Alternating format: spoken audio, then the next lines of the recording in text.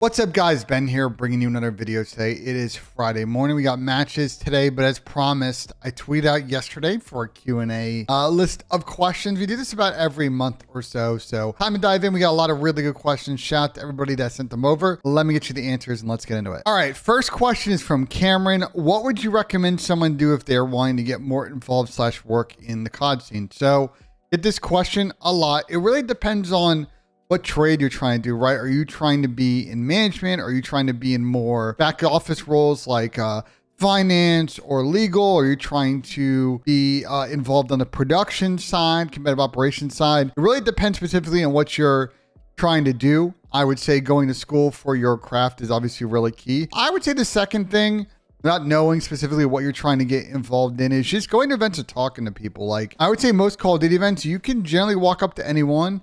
As long as they're not busy and not working, kind of ask them like questions, and most people will be down to talk. Or if you see them at the hotel, if they're not super busy, they're down to talk as well.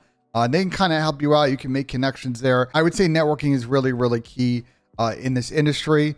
But I think that's the best way to answer your question, not knowing specifically like what you're trying to do in the scene. Next up, we have my guy Toxics asking, Ben, why do you have way better takes than Aches? Listen, I think I'm just open to new ideas. Pat is very stubborn, so I think that's why my takes always better than Pat's. All right, we got Braden following that up. How bad has Optic been slamming in scrims? So this is an interesting one. I guess Shotzi went on stream last night or the night before and talked about how they've been streaming, or they've been scrimming rather, teams like FaZe recently because they've been playing a lot of the same teams recently and not really losing maps. I haven't really heard much about Optic scrims. Like I know they're usually always historically have been very good in scrims from game to game. So, I mean, I guess they've been good. I mean, I think translating scrims to practice is scrims to matches is always a difficult skill.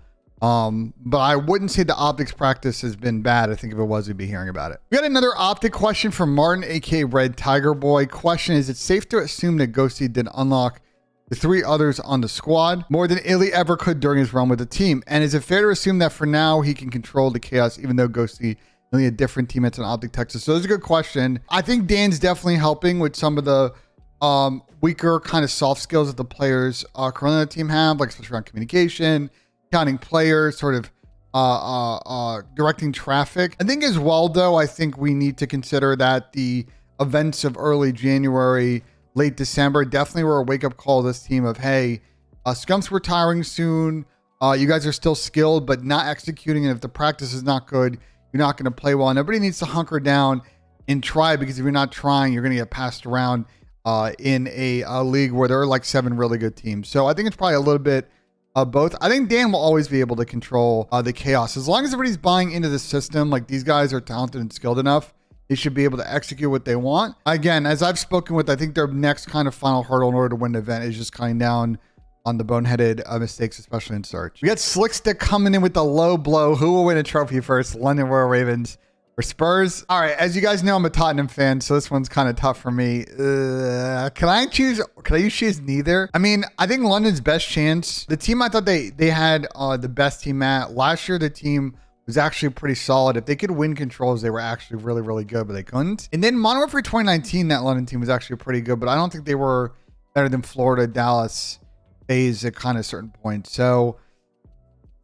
maybe Tottenham. I don't know. London needs a big rethink, and I think they're a while away from contending, so probably Tottenham. One of my mods, Trey, comes in with a very interesting kind of business operations question.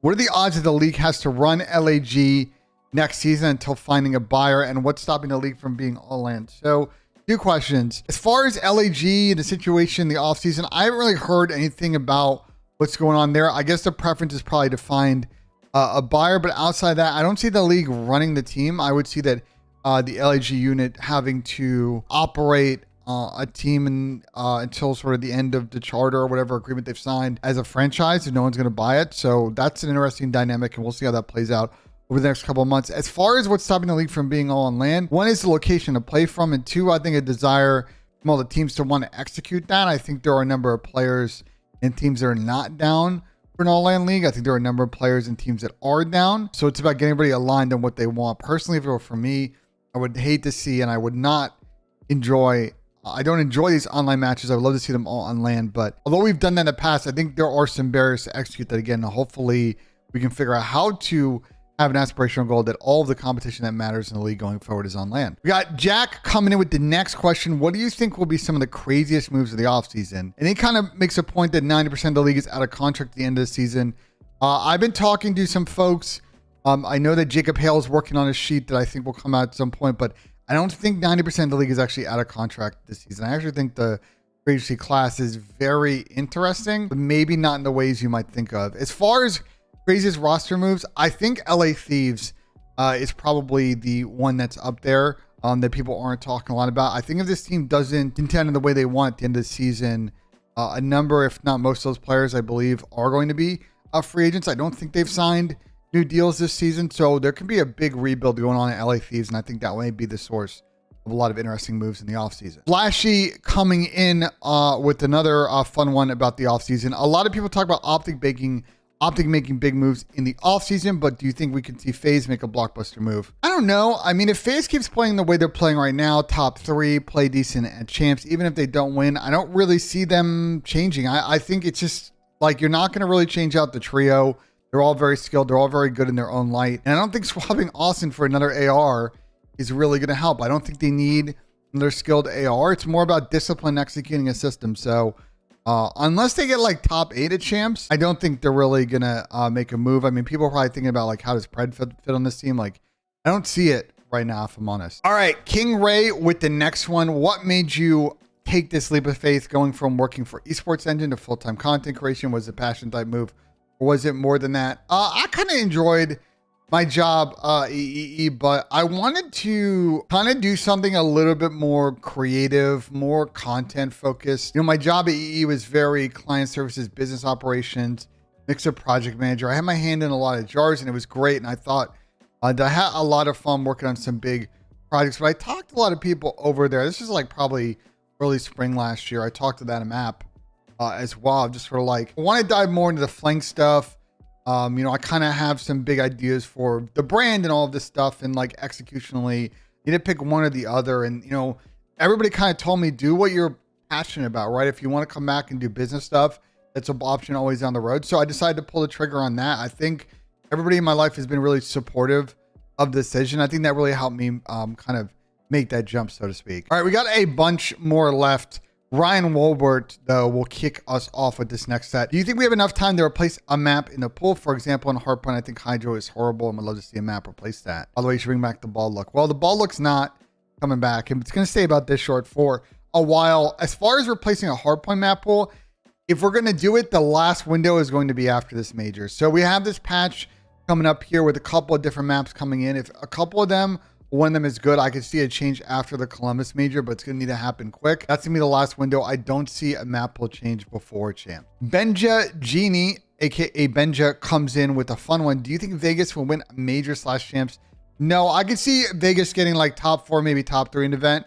They get really hot, but I don't think they have the talent or the map pool to really win an event right now. We got Hopeful Bears fan, aka JB5498. What's the likely outcome for Optic to keep this roster going into next year? I mean, I don't really know.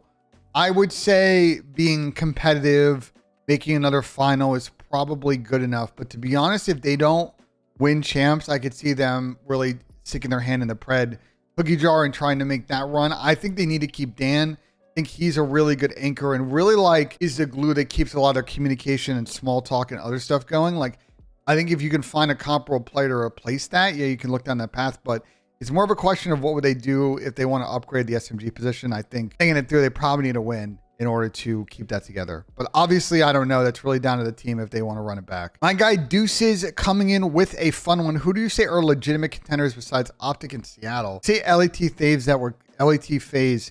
It will cause a huge shakeup in the league.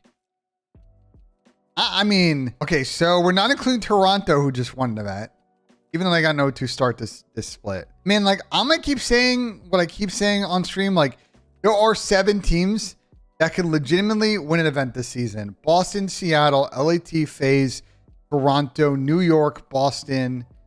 I think that's 7. I mean, Rocker, Vegas. Like, I think those 7, if I discounted the 7 correctly, I didn't miss anybody, is like all the teams I think that can legitimately win an event. I don't know if I agree with this question or like the point here.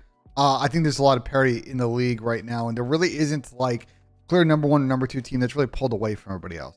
We got a interesting one from Basic here with the cruise missile sitting at an abysmal 17% effectiveness rate and people not happy with it. Why don't the pros trial the SAE again? To my knowledge, it has been fixed. 1 ping per life, so you can't abuse that. You don't get stuck in it anymore. I don't know. I mean, that's on the pro players. They want to open up to a second streak. If it's been fixed and it's viable competitively, yeah, we should use it. I think LG is how you pronounce this person's name. LG. Sure. If I mispronounce your name, let me know in the comments. What's your view on the champs ring format? To me, it feels like champs is another major at the end of the year with 4 less teams. Why does winning it matter so much to winning a major? The only answer I get for this question is, well, champs is champs, duh. Because it's the last event of the season. You need to play well the whole season to make it into the event. And then you have the 8 best teams there, and whoever wins was the best team at the end of the season. Like, I guess playoffs in any other league are kind of like that. Yeah, I mean, there's only so many different like event formats you can have, but it's really the end of the season procedures. The team that's, when the season is over, was playing the best. That's why it's different from all the other events. Flash, coming in with a fun one. How do you work your way into the esports scene? Do you apply for jobs like normal, or is it more about who you know? I would say it's like any other industry. Definitely network and make connections. That will help you get in the mix of being in really a preferred pool of candidates. But applying is also really, really key as well if you're trying to cold apply to gigs. So I think a combination of both will get you your foot in the door in this industry. And we got another kind of esports industry job question from Scott O'Meara. What types of courses or majors do you recommend for college students who want to pursue a career in esports, and how relevant is this studying sports business to the esports industry? I think if you're trying to do management jobs, sports business is probably very helpful. But when I keep getting this types of course and majors question, my question back to people is like, what are you passionate about? Because if there's a business function or a role or a job type that you're very interested in, there's likely a spot in esports for it. Like, you don't have to do some flashy coaching thing. Like, businesses have to operate. They need marketing people. They need salespeople. They need people to handle contracts. They need people to manage the financial side of things. They need production people. Need people that can edit. So like, depending on what your passion is, there's probably a role in esports. And so my question always back is like, what do you want to do 5-10 years in terms of a potential career? My guy Trey, we got 3 more questions left. So my guy Trey's got a couple here. Do you have any inside information on why FaZe haven't hosted a major? And do you think they will try out a home series next year? I don't have any inside information on why FaZe have not hosted a major. I know Atlanta event attendance can be a little funky, although I know that League of Legends event that was in State Farm Center, I think it's what it's called now. Used to be like Amway Center, whatever the arena is in downtown Atlanta. They did sell out for that event. So it seems like esports attendance is getting better in Atlanta. I don't know why FaZe haven't hosted one. I would like to see them do a home series next year. I think they would get good attendance. I've given that feedback like internal, because obviously we're kind of partner with FaZe of trying to see if they're interested in doing one. I think it would be a really good kickstart for the brand. And honestly, for the players, man, if you go to any Call of Duty event, like, they're not one of the most cheered teams at the event. I think the FaZe guys have never had a lot of big support like that. I think a home series would do pretty good for them. All right, second to last question from I'm Your Plus One. If LA Thieves don't win a major and end up making a change in the offseason, who do you think they make changes for?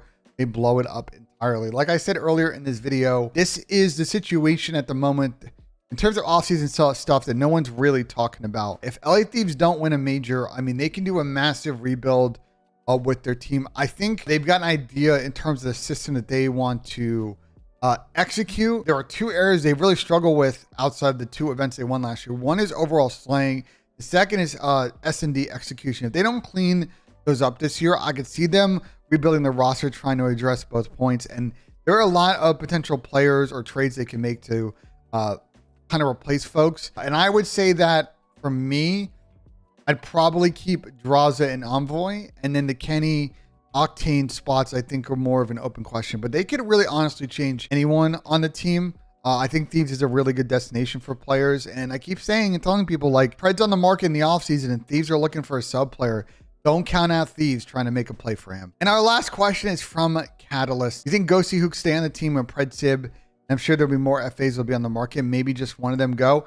All right, so here's my thoughts. I think the Kyler or Pred thing definitely can happen if the team is not playing that well or to the standards they want at the end of the season. They want to make a change. I think that's a direct upgrade. I love Kyler, love what Hook brings, but I think Pred is just in a different tier right now. The only problem with the Sib for Ghosty swap is Sib is not like an in-game leader, high comms guy. Like, he is very much going to kind of be sort of a point-to-point slayer in the way that Yeah, she is. I think replacing Dan would really hurt their comms if you go down that route. So I would say that the Hook for Sib thing is probably the one change they might make in the offseason. Obviously, pending some other stuff, I could see them making other changes, but I don't see picking up both Seattle players as sort of the wise move if I were sort of giving roster advice.